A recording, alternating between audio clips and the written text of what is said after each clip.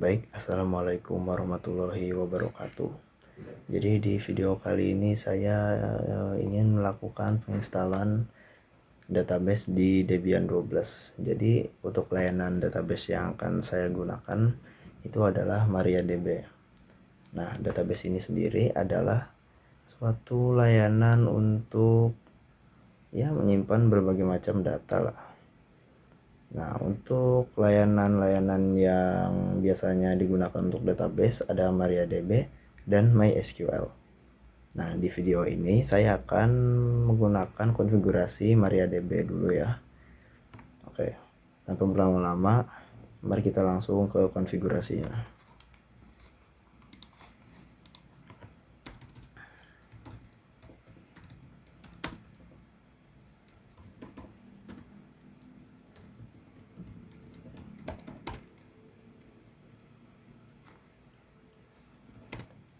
Nah, jadi pertama-tama kita melakukan penginstalan package MariaDB server dan MariaDB client.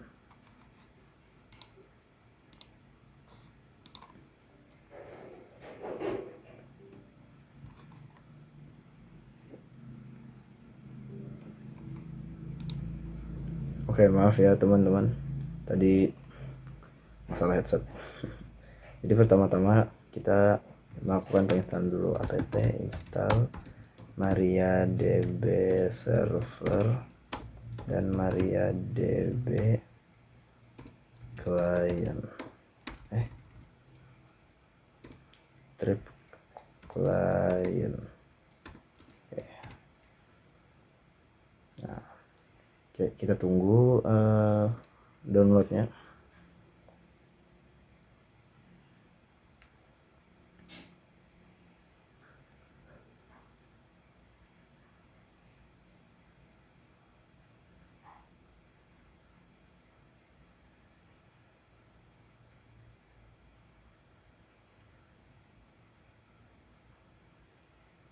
Oke, di sini instalasi untuk MariaDB server dan kliennya sudah selesai. Tahap selanjutnya adalah kita amankan paket MariaDB tersebut dengan cara SQL underscore secure underscore installation. Jadi ini gunanya ya untuk mengamankan MariaDB-nya lah. Nah, jadi pertama-tama di sini kita ditanyakan masukkan password root Anda. Jadi di sini saya masukkan password rootnya. Nah, switch to Unix socket authentication. Jadi artinya ini adalah user root hanya bisa login ketika berada di server lokal atau server di mana MariaDB-nya ini dijalankan. Nah, di sini kita pilih yes. Change root password. Jika kalian ingin mengganti silahkan, tapi di sini saya tidak. Remove anonymous user, yes. Disallow root login remotely, yes. Remove test database, ini yes juga. Oke. Nah, selesai pengaturan setting keamanannya. Selanjutnya kita akan melakukan penginstalan Apache 2. Atau jika kalian sudah punya Apache 2 dari awal, tidak usah diinstal lagi. Tapi di sini saya melakukan penginstalan Apache 2.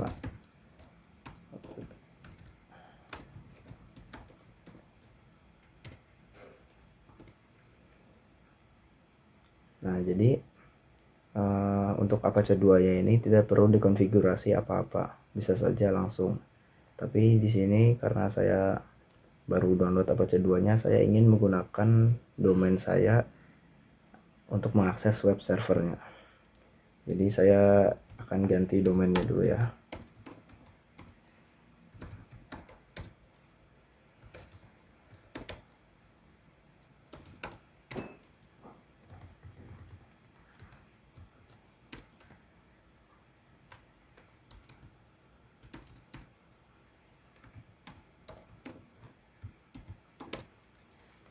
Nah, oke. Jika Apache sudah terinstall, selanjutnya kita akan menginstal PHP dan phpMyAdmin. Kenapa enggak PHP doang? Karena waktu kemarin saya coba-coba install, kalau PHP doang itu outputnya entah kenapa di web browsernya itu saat mengakses PHP MyAdmin malah keluar script, bukan masuk ke login PHP MyAdmin. pt install PHP MyAdmin mini. Ntar teman-teman ada tipe. Nah, oke, kita tunggu dulu.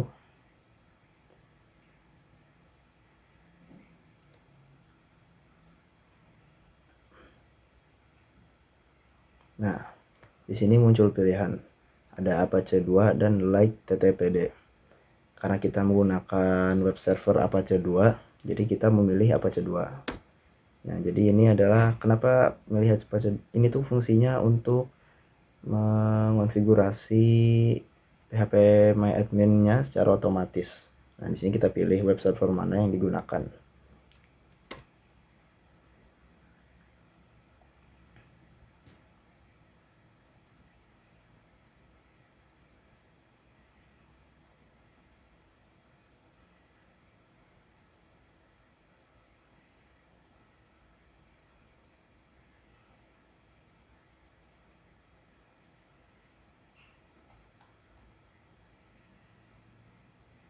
Untuk bagian ini memang agak lama ya.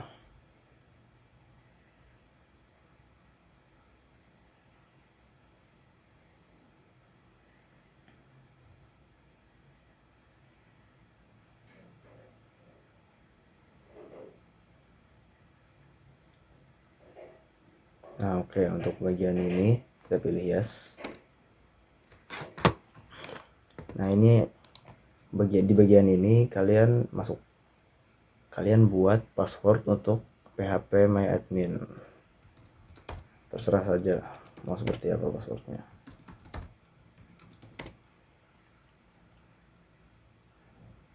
Oke. Jadi di sini harusnya PHP MyAdmin sudah muncul di browser kalian. Sini coba saya cek dulu ya.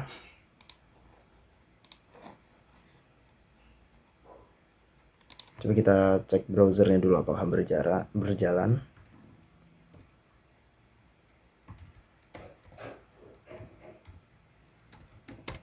Nah, untuk browser biasanya berjalan dengan normal.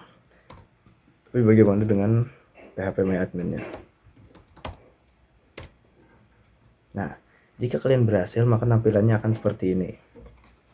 Nah, di sini kalian bisa mengatur bahasanya, username-nya dan passwordnya ini digunakan untuk login.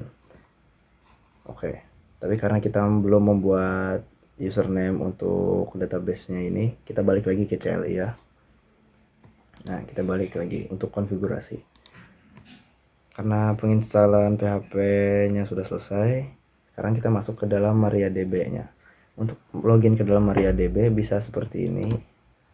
MariaDB saja diketik, enter. Nah, kalian sudah masuk. Atau kalian misalnya untuk login seperti ini, kalian otomatis login sebagai root.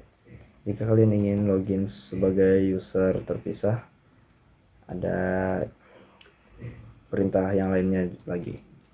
Untuk keluarnya sini bisa exit. Nah, jadi untuk login sebagai user, nih misalnya saya ingin login sebagai user root.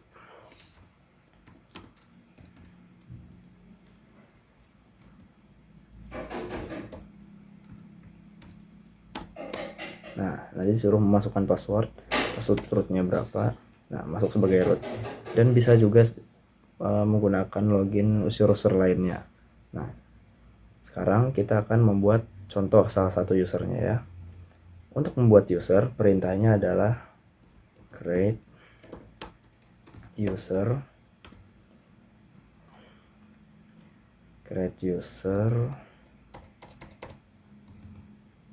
Di sini itu bagian namanya, saya ingin namanya itu administrator @localhost.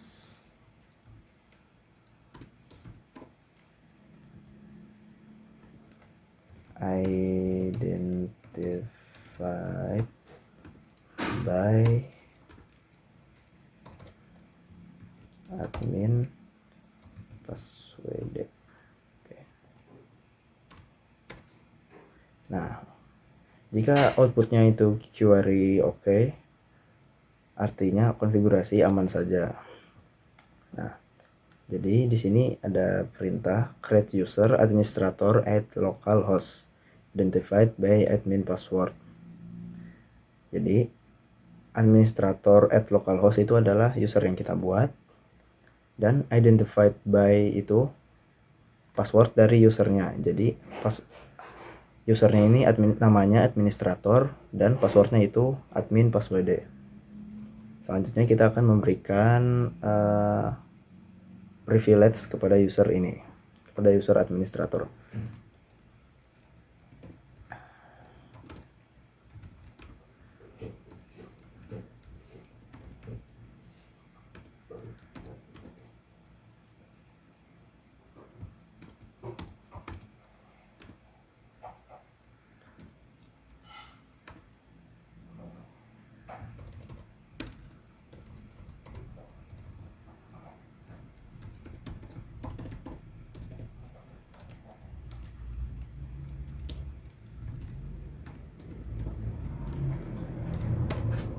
Nah, oke, sudah benar.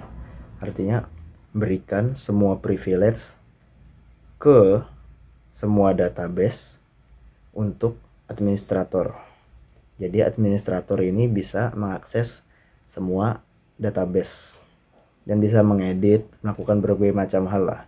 Jadi untuk privilege ini sebenarnya ada banyak sekali. Karena kita menggunakan akun administrator, tentu saja administrator memerlukan accessful kan untuk mengelola database tersebut. Jadi misalnya kalian ingin memberikan akses untuk user biasa, memberikan privilege untuk user biasa, bisa diberikan lebih sedikit privilege lah, misalnya hanya untuk melihat saja. Oke. Baik, selanjutnya jika sudah diberikan privilege, plus privilege. Nah, oke. Sudah selesai. Di sini kita bisa coba login di PHP My Admin tadi. Username-nya tadi administrator dan passwordnya admin password. Nah, bisa login. Kita login sebagai user administrator yang kita buat tadi.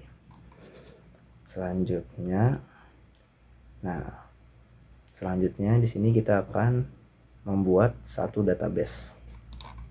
Jadi untuk membuat sebuah database bisa di CLI ataupun bisa di web PHP My Admin ini. Di sini saya akan memberikan contoh untuk membuat di PHP My Admin dulu ya. Nah, di sini ada create database. Kalian bisa masukkan nama database yang kalian ingin buat. Misalnya di sini saya namanya My Data. Create, buat. Nah, di sini database-nya sudah terbuat. Itu bisa dilihat di kiri. Ada My Data. Itu adalah database yang saya buat tadi. Selanjutnya di dalam database ini kalian bisa membuat sebuah tabel. Tabel ini fungsinya banyak banget. Nah, coba kita langsung saja buat satu contoh. Di sini saya ingin nama tabelnya murid TKJ. Nah, kolomnya 4. Kolomnya berapa ya? Oke, kayaknya 3 aja deh. Nah, jadi di sini ini adalah proses membuat tabelnya. Nama,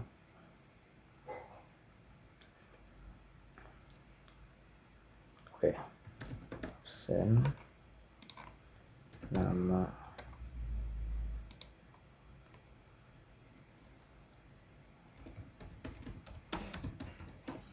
oke.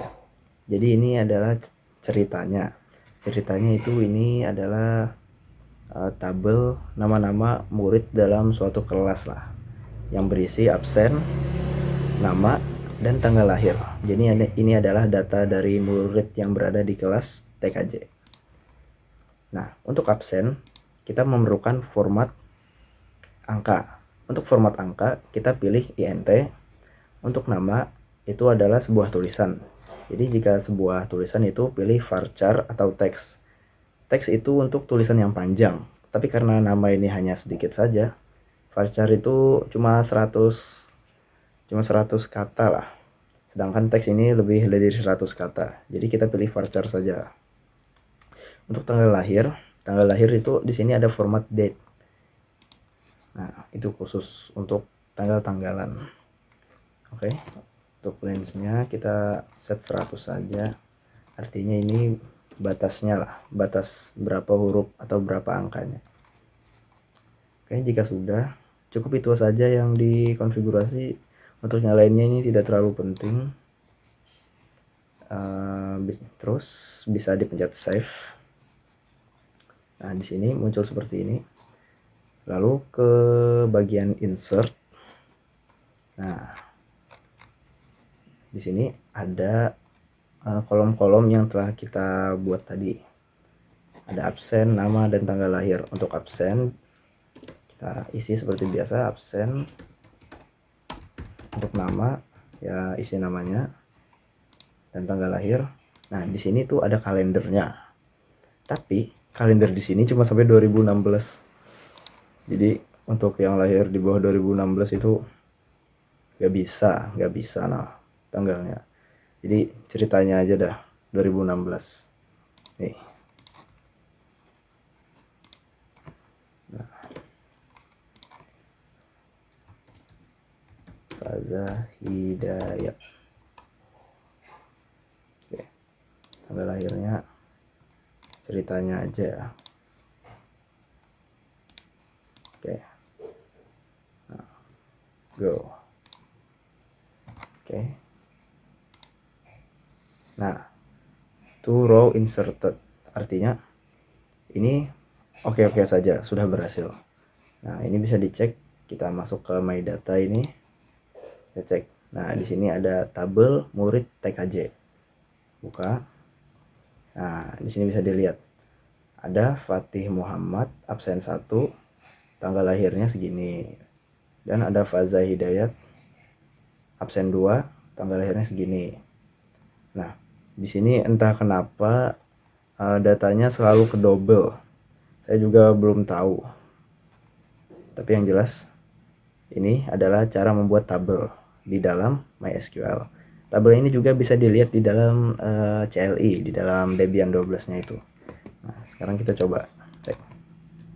Pertama-tama kita masuk dulu ke dalam database-nya. Cara masuk ke dalam database itu adalah pertama-tama kita lihat dulu apa aja database yang tersedia di dalam MariaDB-nya ini dengan cara show databases. Nah, seperti yang kita buat tadi, ada my data di situ. Kita ingin masuk ke dalam my data itu, jadi use my data. Gunakan perintah use untuk masuk ke dalam sebuah database. Nah, sini kita sudah masuk ke dalam database yang bernama my data. Tes. Sudah masuk ke dalam database yang bernama my data. Selanjutnya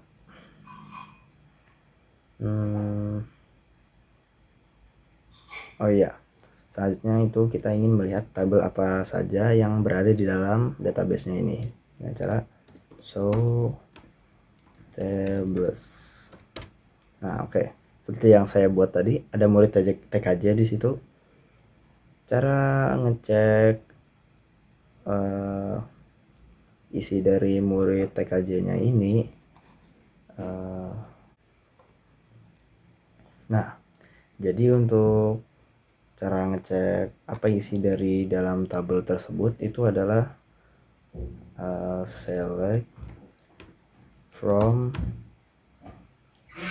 bintang nama dari tabelnya itu murid TKJ.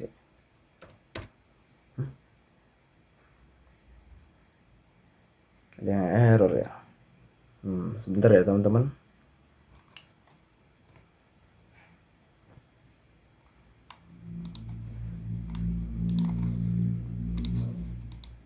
Oke, maaf teman-teman, tadi itu salah, harusnya seperti ini.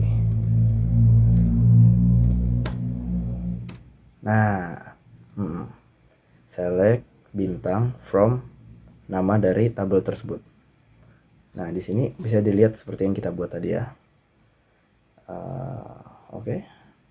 Ya, jadi itu saja pengujian database dari video ini. Saya sudah melakukan pembuatan user, grant privilege untuk user tersebut, membuat database, dan membuat tabelnya. Oke.